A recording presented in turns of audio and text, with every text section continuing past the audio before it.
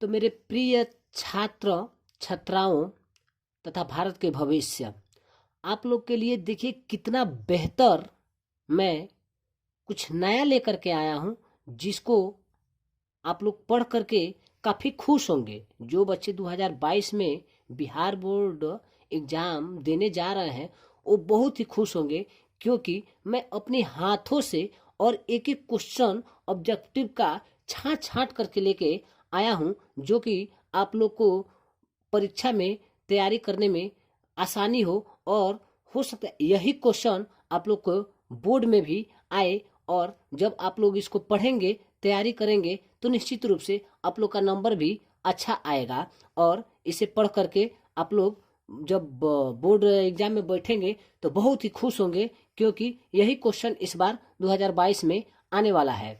जैसे पहला क्वेश्चन है आपका कि प्रकाश की किरण गमन करती है। प्रकाश की किरण गमन करती है तो सीधी रेखा में, टेढ़ी रेखा में, किसी भी दिशा में, इनमें से कोई नहीं। तो प्रकाश की किरण हमेशा सीधी रेखा में ही क्या करती है? गमन करती है। प्रकाश की किरण हमेशा किस रेखा में गमन करती है? सीधी रेखा में ही गमन करती है। अगला क्वेश्चन है, अवतल लेंस का आवर्धन m बराबर होता है। तो अवतल लेंस का आवर्धन m बराबर होता है प्रतिबिंब की ऊंचाई बटा वस्तु की ऊंचाई। तो प्रतिबिंब की ऊंचाई v से हम डिनोट करते हैं और वस्तु की ऊंचाई को u से डिनोट करते हैं। तो यानी v upon you, A D वाला ऑप्शन, v अपन यू। तो यानी आवर्धन बराबर हमारा हो जाएगा v अपन यू।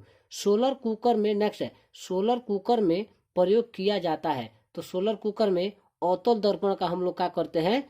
उपयोग करते हैं। वो प्रकाश को अवशोषित करता है। अगला क्वेश्चन, गोलीय दर्पण के परावर्तक पृष्ठ के केंद्र को दर्पण का कहा जाता है। तो दर्पण का क्या कहा जाता है? दर्पण का ध्रुव कहा जाता है। दर्पण का क्या कहा जाता है? ध्रुव कहा जाता है। अगला क्वेश्चन, किसी उत्तल लेंस को फोकसांतर 50 सेंटीमीटर हो तो उसकी क्षमता होगी, उसकी क्षमता +2 डायोप्टर होगी। उसकी क्षमता कितनी होगी? +2 डायोप्टर होगी।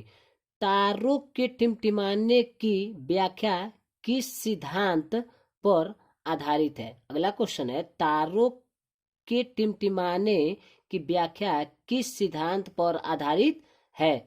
तो यह है प्रकाश के अपवर्तन के सिद्धांत पे। प्रकाश के अपवर्तन के सिद्धांत पे। तारे क्यों टिमटिमाते हैं, इसके बारे में भी आप लोगों ने पढ़ा होगा।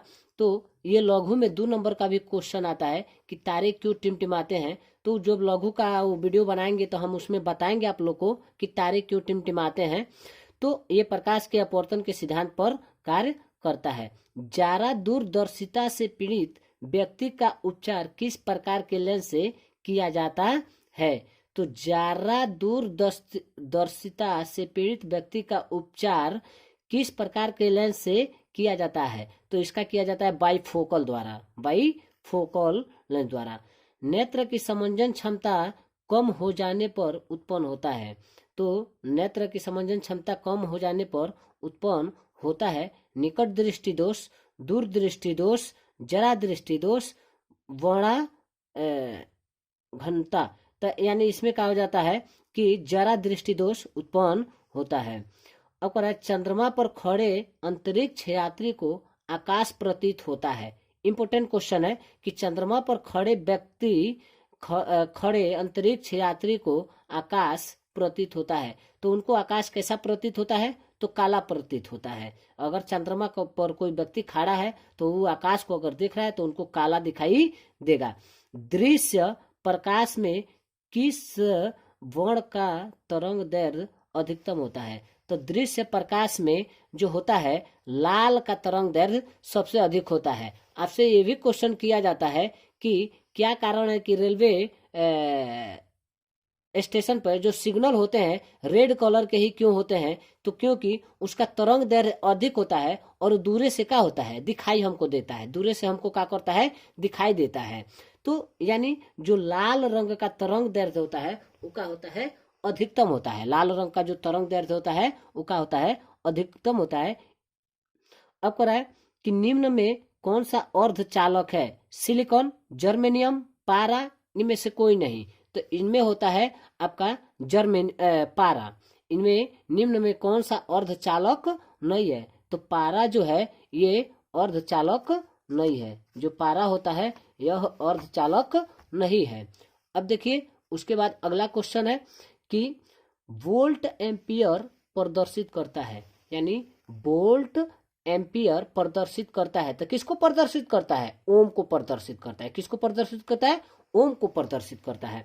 अगला है कह रहा है कि 1, 2 और 3 ओम के 3 प्रतिरोध को श्रेणी क्रम में जोड़ने पर समतुल्य प्रतिरोध होगा। तो समतुल्य प्रतिरोध यानी तीनों को जोड़ेंगे तो कितना हो जाएगा? 6 ओम हो जाएगा। ठीक है, बहुत ही बेहतर क्वेश्चन। देखिए ये विभव का मात्रक एकदम आसान है, चुटकी बजाते ही हो जाएगा, चुटकी में होगा ये क्वेश्चन, बहुत ही बेहतर। कितना होगा? क्या होगा विभव का मात्रक? तो वोल्ट होगा। 100 वाट और 220 वोल्ट के विद्युत विभव बल्ब के तंतु का प्रतिरोध क्या होगा? तो इसको जब हल करेंगे तो ये आएगा आपका 484 ओम। ये आएगा 484 ओम। विद्युत परिपथ की शक्ति होती है, विद्युत परिपथ की शक्ति अब करा है कि विद्युत परिपथ की शक्ति क्या होती है? तो ये होता है VI। अब करा है कि देखिए सिल्वर क्लोराइड का रंग क्या है? सिल्वर क्लोराइड का रंग क्या है? तो सिल्वर क्लोराइड का जो रंग है ये होता है श्वेत। ये कैसा होता है? श्वेत होता है। सिल्वर क्लोराइड का जो रंग होता है ये कैसा होता है? श्वेत होता है। जिंक, अब करा है जिंक तथा HCl हाइड्रोक्लोरिक अम्ल की अभिक्रिया के फलस्वरूप निम्न में कौन सा गैस बनता है? तो इसमें हाइड्रोजन गैस बनता है। कौन सा है? H2 हाइड्रोजन गैस बनता है। अब देखिए विद्युत फ्यूज विद्युत धारा के किस सिद्धांत पर कार्य करता है?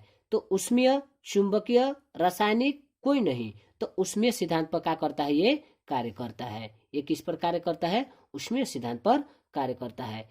1 किलोवाट घंटा किसके बराबर होता है? तो 1 किलोवाट घंटा किसके बराबर होता है? तो ये होता है 3.6 × 10⁶ जूल के बराबर होता है। अब कह रहा है विद्युत घंटी किस प्रभाव पर कार्य करता है? तो विद्युत घंटी जो होता है ये हमारा किस पे कार्य करता है? तो चुंबकीय प्रभाव, उष्मीय प्रभाव, रासायनिक प्रभाव, चुंबकीय प्रभाव, इनमें से कोई नहीं। तो विद्युत का चुंबकीय प्रभाव पर क्या करता है कि कार्य करता है। डायनेमो किस प्रकार का धारा प्राप्त होते हैं? डायनेमो में किस प्रकार की धारा प्राप्त होती है? तो AC और DC दोनों धारा हमको क्या होती है? प्राप्त होती है। तो दोनों धारा हमको क्या होती है? प्राप्त होती है। तो यानी इसमें जो है दोनों धारा हमको क्या होती है? प्राप्त होती है। डायनेमो में किस प्रकार की धारा प्राप्त होती है? तो दोनों प्रकार की धारा हमको क्या होती है? प्राप्त होती है। चलिए तो अब इसी के साथ अब आगे का वो वीडियो फिर बनाएंगे। इतना क्वेश्चन तैयार रखेंगे।